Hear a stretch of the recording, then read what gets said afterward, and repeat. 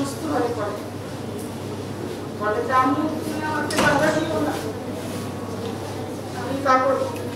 আমি ওকে বুঝতে পারি না আবু সাইদকে বাধা দিছে। ও সারাদিন সারা রাত কেঁদেছিল, খুব ভয় ছিল।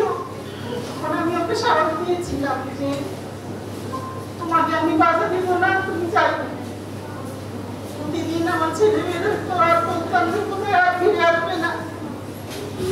কেরোসিন খেতে খেতে আমার ছেলের মুখটা ঝাঁঝরা হয়ে গেছিল, ওর মুখের দিকে তাকানো যাইতো না। সবাই বাসায় নিষেধ করেছিল আমাকে পরিবার থেকে যে তুমি তোমার ছেলেকে আর যেতে দিও না। বলছি না, ও যাবে, আমি যাবো। ওরা যারা মারা যাচ্ছে তারাও তো আমার সন্তান।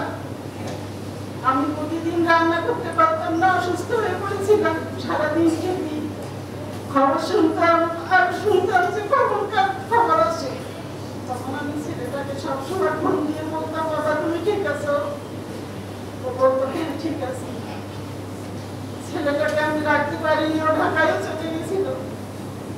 ঢাকায় যেও সে আন্দোলন করে আসছে। ও আমাকে জানাইলে খুব অসুস্থ হচ্ছিল, অনেক রাতে আমাকে ফোন দিলাম, আর পারতেছি না। তাই বললাম যে তুমি চলে আসো, রেখে আমি কেমন করে যাবো মা। তখন বললাম ঠিক আছে, তুমি অসুস্থ হয়ে পড়ছো তো তুমি বাড়িতে চলে আসো। তার কিছুদিন একদিন পর রংপুরে চলে আসছে।